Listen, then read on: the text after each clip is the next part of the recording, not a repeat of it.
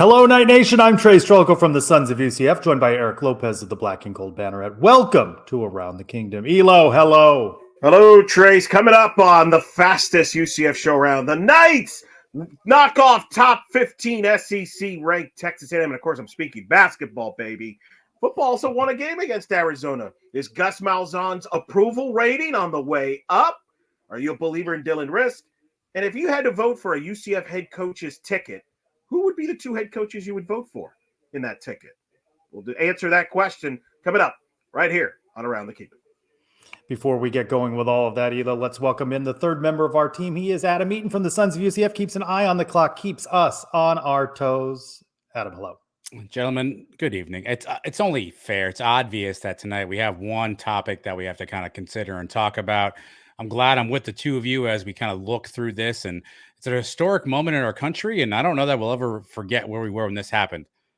And it's, of course, the 12-team playoff, the first ever committee 12-team playoff. We have announced our seeds. I can't wait to hear what you guys think about it. Thank you, Adam. All right, the votes are in, Elo, and men's basketball leads this week's Around the Kingdom. You would have thought UCF football snapping a 5-game losing streak would do that, but not when the Knights knock off Texas A&M, the 13th ranked Aggies, 64-61. You and I were both in the arena for this one. Nice comeback for the Knights.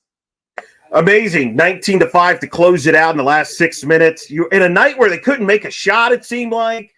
Shot 25% in the first half. You're shorthanded without Mikey Williams, without Jalen Sellers. Texas A&M returns 80% of their roster from an NCAA tournament team. You just think, well, maybe it's not your night. But the thing that impressed me, Tracy, all these new faces on this team, and they defended. And they defended A&M very well. And they got to the free throw line a lot. They hung in there. And, boy, with the atmosphere and everything, to get that win on opening night against A&M, what a remarkable win, considering a lot of things didn't go their way in this game. Yeah, you mentioned it. Things did not go their way. They couldn't make a shot for, the first 5-6 minutes of the game, right? They couldn't hit anything. You mentioned shorthanded. Mikey Williams in a boot. Johnny Dawkins postgame saying day-to-day on him. He was not very forthcoming about the Jalen Sellers injury. Jalen going down in that exhibition against Florida Gulf Coast, so they were without him.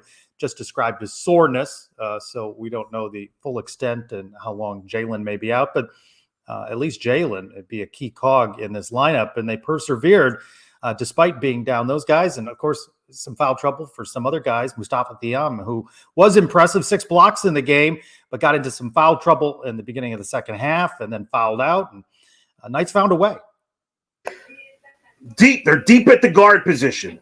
I'm still worried about the front court. You mentioned that. If something happens to Mustafa, Benny Williams may have to step up, give him some minutes.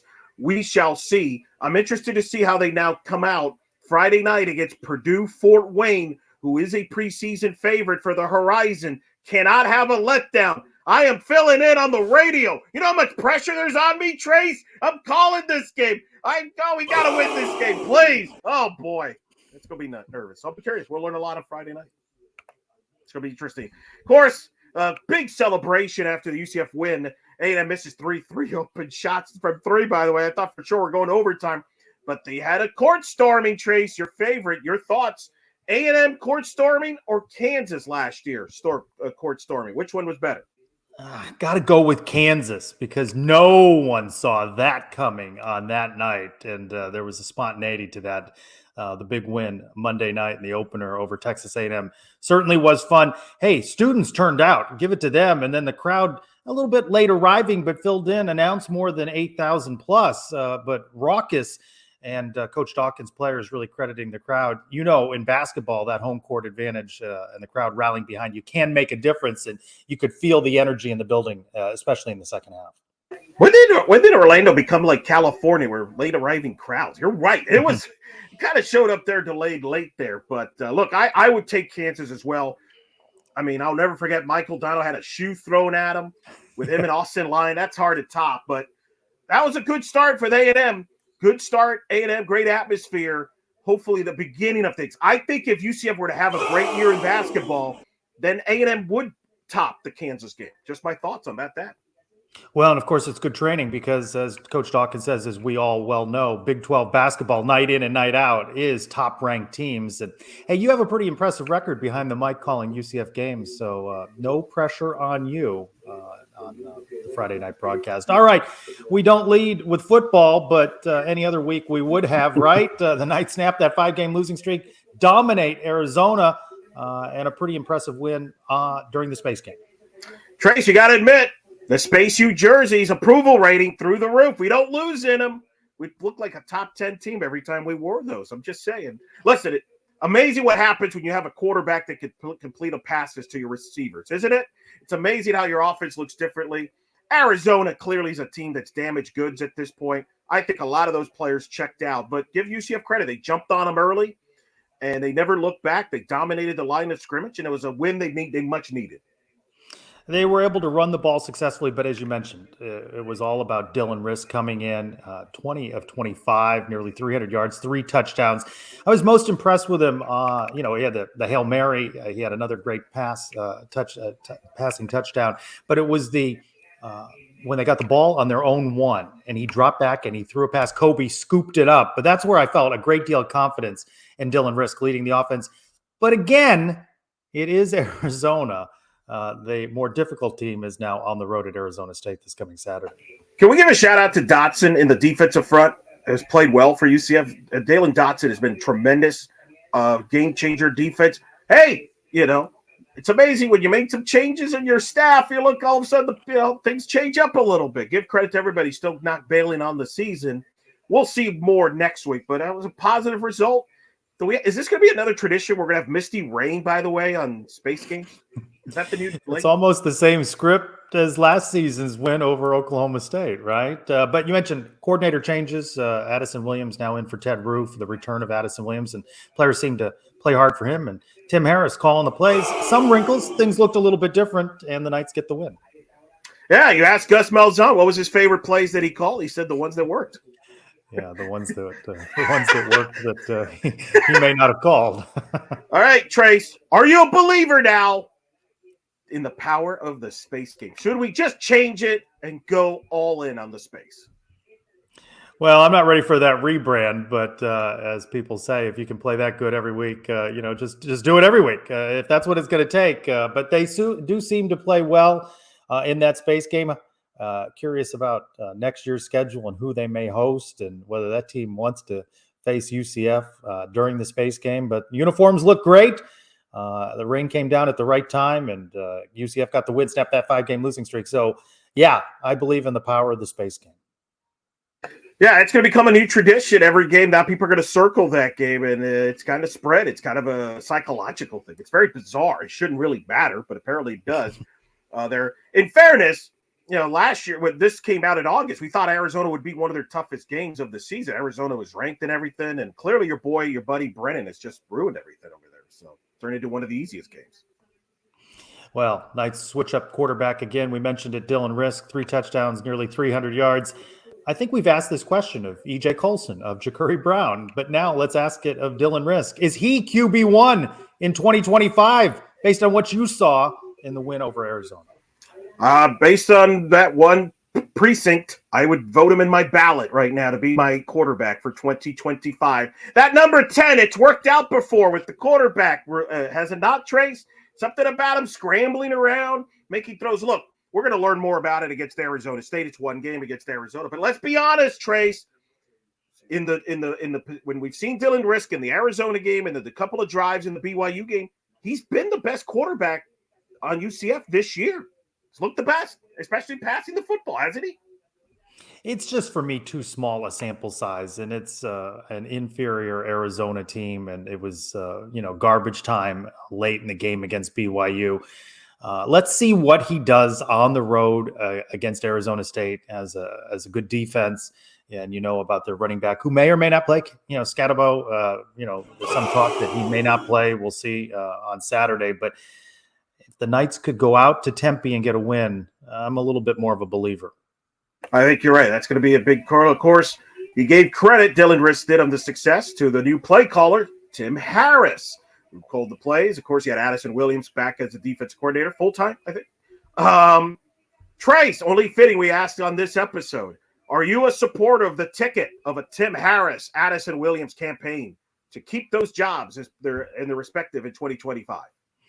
Yeah, I don't think we're in a general election for these guys. I think it's still the primary process, and let's see. Let's see how they finish. Willing to buy into this coaching staff a whole lot more if they take 2 or 3 of the final 3 games.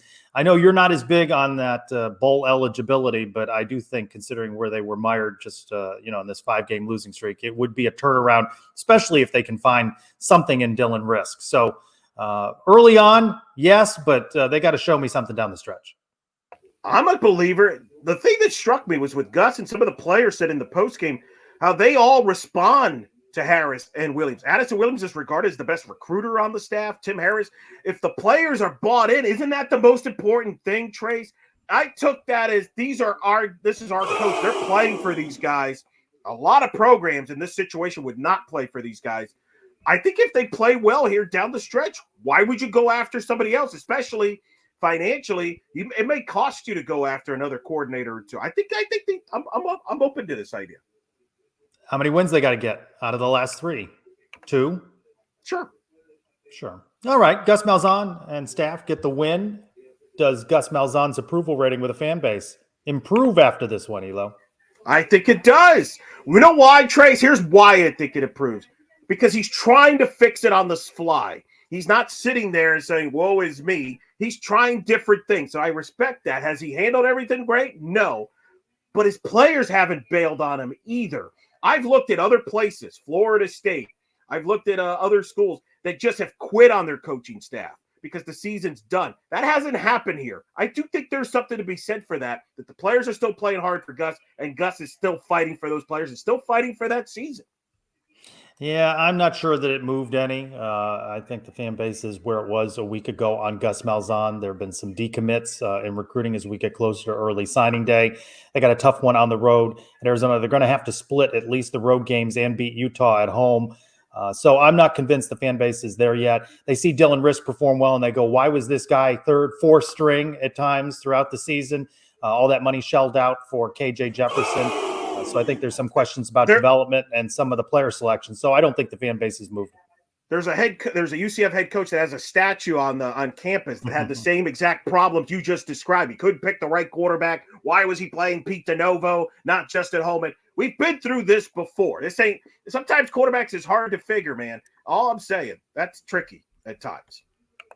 So we'll see. Oh man, you're a hard ticket to win. I'll tell you that. Just support. That's for sure. So let's get into this. Speaking of the ticket, of all the UCF coaches right now, Trace, if we put them together, one be president, one vice president, one is a big ticket, who would win in an election of UCF coaches? I'm going to go with who has Big Mo, especially following Monday's win over Texas A&M. Johnny Dawkins to lead the ticket of UCF coaches, Elo, and put in Rich Wallace as his running mate. That is your ticket. Dawkins, Wallace, big win.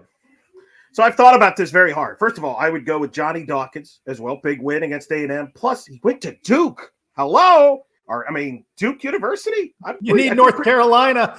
I feel pretty good. I think he'll take care of things. I'm going to go with Sidney Paul Malone. 4 straight NCAA tournaments. But a good choice. I'm not surprised. But a good choice. That's my running mate. I like your Rich Wallace choice too, but let's do a longer period of time. That's my choice. I like it. You can't lose with either of those tickets.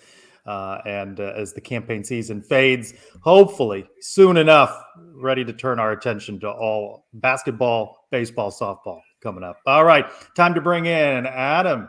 And our silly game, we respectfully ask you, Adam, no space-related questions this week, please. I can oblige for that. But before I do any of this, Trace, I have to tell you all again about the Cure Bowl, December 20th, Camping World Stadium. Don't forget to get your tickets now, curebowl.com. With the bowl season coming up, we have playoff matchups announced today. You're going to get a great bowl game out of the Cure Bowl. You always do. Curebowl.com, December 20th, Camping World Stadium.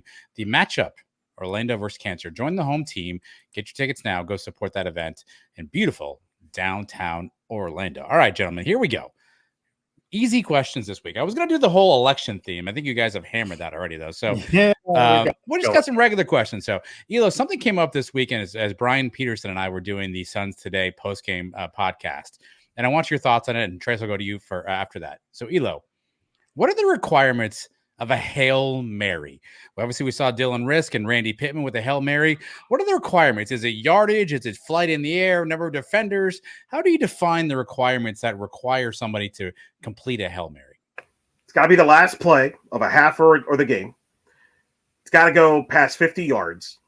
And you got to have a bunch of people near the ball there, like a handful of guys. That's my definition. Trace, do you have any difference? I tend to concur on that. It can't be too close to the goal line, so there's got to be some distance. I can live with what Elo just said there, 50 yards. It's got to be at the end when it's consequential like that. So yeah, something like that. Yeah, I'd say same. What was the debate then on Suns Today? You differed? Do both of you consider Dylan Rizk pass a Hail Mary? Yes. Yeah, it was at the end of the half. It's just a little under 50 yards, though. I'll just throw it out there. All right. I'll give you that. I normally go in different order, but I got to start this one with Elo as well, Trey. So I apologize in advance. So, I'm fine.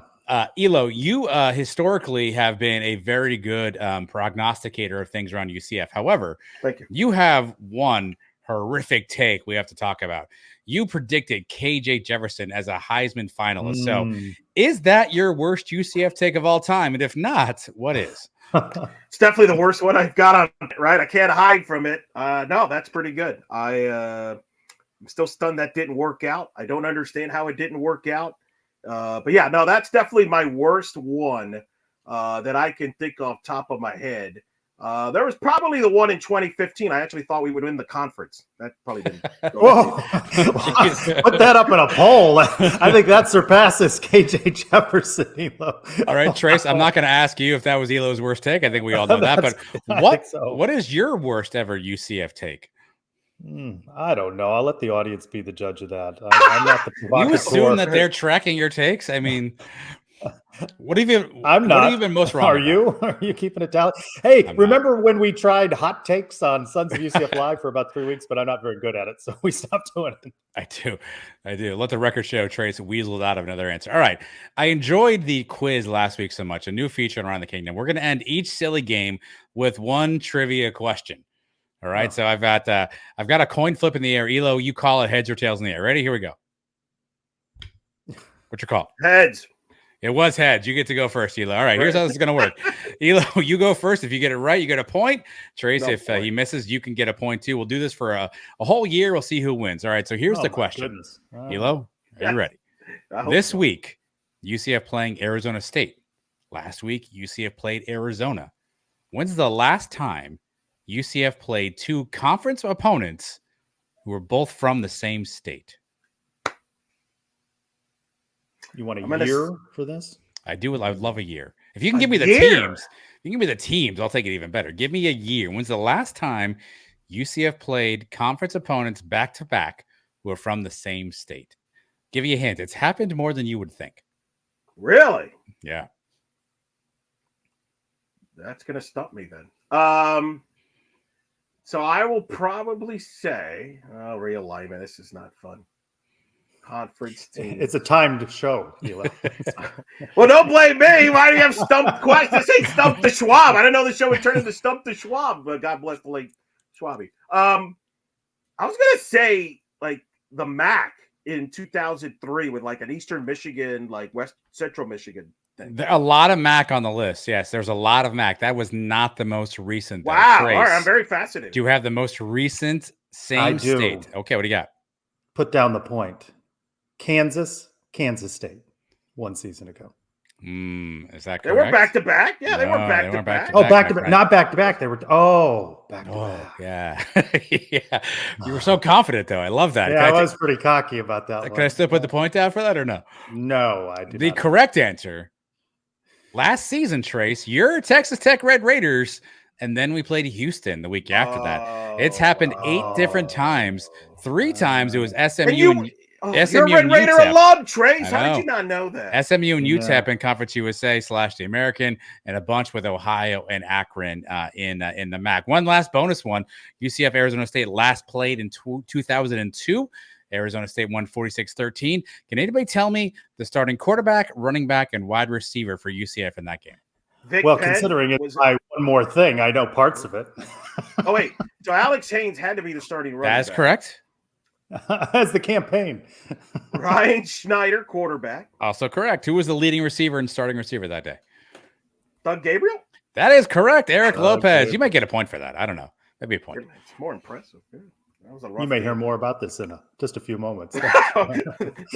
Continue. All right, Elo, you and I were both part of the pre-ceremony media scrum with the Hall of Fame inductees. Real quick, what's your big takeaway from those interviews? Kirk Spearraw, Shaquem Griffin, and others. Always great to see them, appreciate what it was. Kirk Spearraw, I mean, think about it. We just talked about basketball. His appreciation, the fact that he was in there. I mean, he made a lot of this stuff happen. One of my favorite was the video I saw there where he's like giving the chest bumps to the Kirk's jerks. I think that was awesome. That was probably my favorite part, is seeing Kirk being so happy. I think the genuine appreciation that all of those athletes had for their experience and their time at UCF. But I'll tell you what, Shaquem Griffin, powerful motivator. You need a guy like that on your team that has a heart for winning like he does. I miss Shaquem Griffin and that presence at UCF. So that was my big takeaway, but loved hearing from all of them and their time they enjoyed while being part of UCF. Look ahead to next year. Alex Haynes. Haynes. Let's get him in. Hey, another guy I ran into last night at the basketball game on Monday night, Keith Clanton. Great basketball. Could be the next basketball player to get inducted. Those are a couple names. Jordan Pingle, volleyball. It's gonna get harder and harder every year. Every year it's gonna get harder to vote. The committee there. Maybe you'll get in one year, Trace. Maybe. No, I don't think so. Hey, you know what just came on? Wow, Tuesday? you were quick to dismiss my candidacy. Well, it's a fast show. We got to move. Listen, big night, as we all know, on Tuesday night, the college football 12-team playoff. I know that's what everybody's been circling this date for. Came out, Trace. Your reaction to the 12-team playoff? BYU would be the only Big 12 team in the playoff if the playoff started today. So the leagues may change, but it's still a situation right now where the Big 12, you're going to have to win it all, right? They're seeded 4th, but ranked 9th. How hard is it, right? There are only a handful of teams that have ever won all their games. They lose once. Look, Iowa State took a 1-point loss at home, and they tumbled in the rankings. So you've been saying it, that you thought there was a lack of respect for the Big 12. They could get frozen out here. 4 SEC teams in, 4 Big 10 in, Notre Dame's in. Here's another scary thought if you're the Big 12. I don't think they're a lock to get one of those top 4 seeds in the playoff, because let's say BYU gets clipped here once or twice and the Big 12 champion's a 2-loss team. Boise State wins out. I could see Boise State getting a higher ranking than the Big 12 champion, which means the Big 12 champion won't even get a bye. How embarrassing would that be? Not good, Trace. Not good. No. Let's go around the Big 12 real quick. Colorado, still a factor in that race. And as we've talked about, Brett Yormark probably likes that, maybe with a matchup with BYU. But they got to get through your place you know very well, Lubbock, Texas. Texas Tech, big noon kickoff will be there. Are you going to be there, Lubbock? I am not. Okay. Well, I figured you'd go there. I know you were at big noon kick. That's a huge game. Can Colorado get through that game? You look at the teams. BYU playing Utah. That's a rivalry game. Iowa State dropped all the way to 17 after that loss to Texas Tech.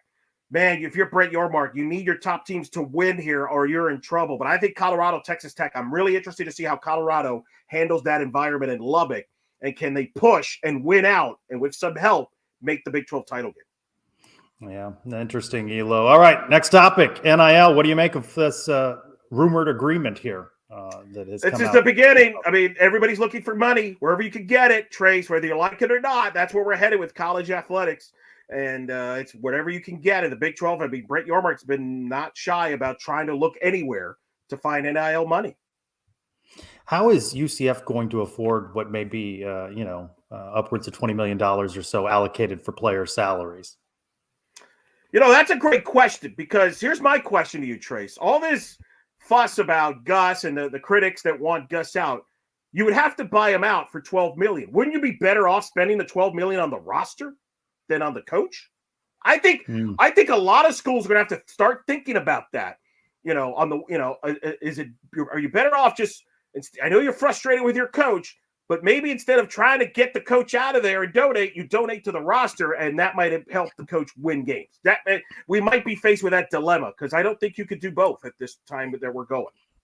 Yeah, good point, Elo. Hey, congratulations. You picked all of UCF's wins in our scheduled draft. You had UCF over Arizona. You're 3 for 3. I don't know. Will anybody catch you? I know I certainly won't, but I've got UCF over Arizona State. That seems so foolish now. That's not likely to happen, right? But would put me in the win column. But congratulations to you, Elo. 3 for 3. Thank you. Perfection. Somebody had to have it this year. Thank goodness. Now I am crying foul, Trace, on our Randy Pittman prop bet. What are you calling foul? I am calling of biasness, fraud. I wasn't expecting a quarterback to complete a lot of passes to the tight end to play this year. I didn't agree to that. You mean where he's been 1, 2, 3 catches, and then he gets 5? Is that what you're saying there? Yeah, he's on pace to shatter the over/under. He's in good shape. That's good news for you and Randy Pittman. If Dylan Rizk can keep this up, for sure. Here's a prop bet. He needs 4 over 3 games, Elo. I think with Dylan Rizk, I like his chances. I do. Here's the prop bet this week, folks. Trace, who will have more this weekend? UCF football first downs against Arizona State, or men's basketball field goals made on Friday night against Purdue Fort Wayne? UCF football first downs, Elo. I will go with basketball with field goals. I think we're due to make more shots than we did Monday night. I think we're going to be raining them, baby. Make it rain, please. Yeah, as long as they don't have a letdown following the big win over Texas A&M. This is very true. Very true. All right. Men's soccer going on as we speak, but they got the big win, 4-0. How about that? Luca Dorado with a hat trick and a win over a quality South Carolina team. RPA up to 45, Elo. They're heading down that final stretch. Is UCF's best opportunity for NCAA tournament action is men's soccer. It is, but they're going to have to, I think, win a game or two in the conference tournament, get to the final. Game or two and get to the final. Yep, volleyball, Elo. 7 straight losses. Things have really tailed off. They went through a difficult stretch a season ago. They're first in the Big 12. Losses piling up now. 1-9 in the Big 12 for Jenny Maurer and crew. Elo, your volume. I can't fall. I was silenced because there was nothing else to say in the fall. Nothing nice. Let's just move to the winter and the spring. That's all I got to say. You're closing the door on this segment. All right, time to bring back in Adam. Educate us what we may have gotten right and wrong and all that good stuff. All right, here we go. No more trivia. I dare anyone to go back and listen to the first segment of the show and tell me Eric Lopez did not sound like Dick Vitale as he talked about calling the game this Friday. I dare anyone do that. You talked about what was the better court storming. A fun fact for you: Kansas, 9,400 students and folks that attended to that game. You mentioned Texas A&M, only 8,800 for that one, Trey. So more people at the Kansas game than at the Texas A&M game. Eric, you called that rain a mist on Saturday. I was out there, friend. That was way more than a mist. I can promise you that much. Dalen Dotson. It's missed by somebody not out. So yeah, he missed the rain is what it was. Dalen Dotson leads the team in tackles for loss with 7, second on the team with sacks with 3. College football playoff rankings, again, you mentioned to come out. BYU 9, Iowa State 17, Colorado 21, and Kansas State 22, the only 4 Big 12 teams represented in the first round of the rankings. All right. Thank you, Adam. All right. One more thing before we go. We talked about it just a few moments ago. Who amongst us was in Tempe, Arizona for UCF's only previous matchup with the Sun Devils? Hey, I was there. September 7, 2002, Elo. Knights led this one 13-10 at the half. Okay. It rained. There was a shower there in the first half. So fans got rained on a bit. 2 Matt Prater field goals. Matt Prater still starring in the NFL, and an 80-yard Ryan Schneider to Doug Gabriel touchdown. Hey, but the final score in that one, Arizona State 46-13. Knights did nothing in the second half, Elo. Held to 5 net yards, 2 first downs. That's not a good performance. Not a good performance. Perhaps things will be better for the Knights Saturday in Tempe. Look for new episodes midweek, every week on the Sons of UCF YouTube channel, wherever you get your downloadable audio content. For Eric Lopez and Adam Eaton, I'm Trylko. Thanks, everyone, for watching this week's Around the Kingdom.